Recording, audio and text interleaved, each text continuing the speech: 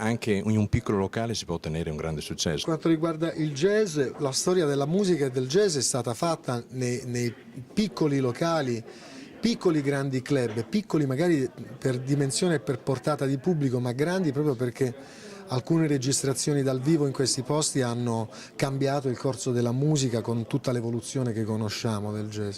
Quindi sono questi i posti dove crescono i talenti e dove si possono ascoltare i grandi musicisti a 1 metro di distanza e avere con loro un rapporto più intimo e amichevole. Al contrario, quando si va nei teatri o nei posti più grandi, insomma, c'è un rapporto proprio molto più distaccato fra la musica e il pubblico, insomma c'è una platea che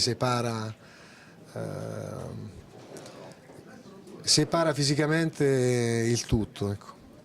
Personaggio eclettico, qual è la tua vera anima? No, sono musicista, faccio musica, mi piace la musica, ho sempre studiato, continuo a studiare, poi mi è capitato nel corso della carriera di lavorare più volte in radio, più volte in televisione, avere anche la fortuna di aver guidato delle trasmissioni come conduttore, presentatore e autore molto fortunate per quanto riguarda la musica nel nostro paese. Oggi è un po' più difficile realizzare quel tipo di produzioni, intanto perché il gusto del pubblico, così come è cambiata la proposta televisiva, il gusto del pubblico è cambiato con lei.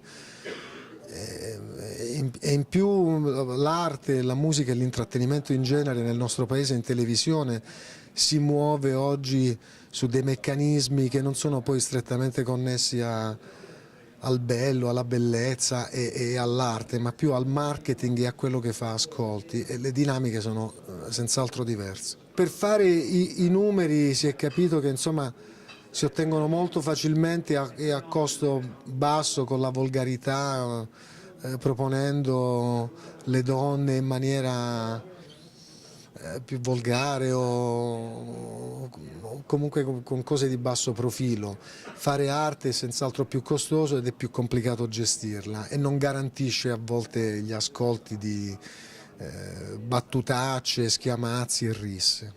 Nella tua carriera hai duettato con grandi personaggi del mondo del jazz. Cosa ricordi di quei momenti? Ma insomma si impara sempre qualcosa, no? Io credo che per un musicista e per un artista in genere la cosa più importante sia non perdere la curiosità, che è la molla e la base della creatività. E allora quando si è curiosi e si ha l'entusiasmo e la passione che ti spinge, ti fa vivere delle avventure, ti fa conoscere tanta gente, poi sta alla tua intelligenza apprendere e fare tuo tutti quei momenti. Insomma, io sono andato con grandi artisti e tutti mi hanno insegnato qualcosa. Ecco. Ognuno di noi è la somma di tutto quello che ha fatto, di quello che ha vissuto, per i musicisti di tutto quello che hanno ascoltato e suonato, quindi ricordo tutti quei momenti, li sento sempre molto vivi e presenti e ogni tanto mi ripasso le lezioni che ho appreso suonando con questa gente. Cosa vuol dire cantare jazz?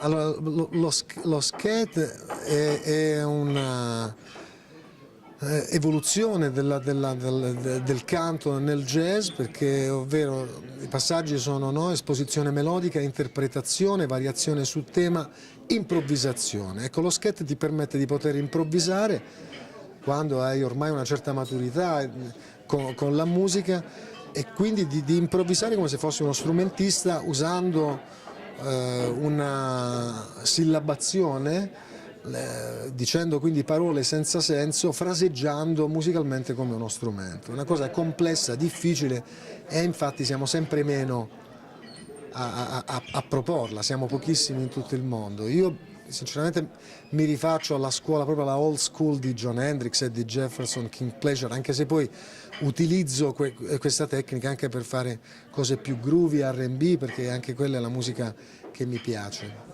E continuo a farlo con soddisfazione e oggi anche a insegnarlo, perché vado in giro a fare masterclass in Italia e all'estero, nei conservatori, nelle grandi scuole di musica, per raccontare ai più giovani che cos'è per me lo skate, che cos'è per me cantare jazz oggi.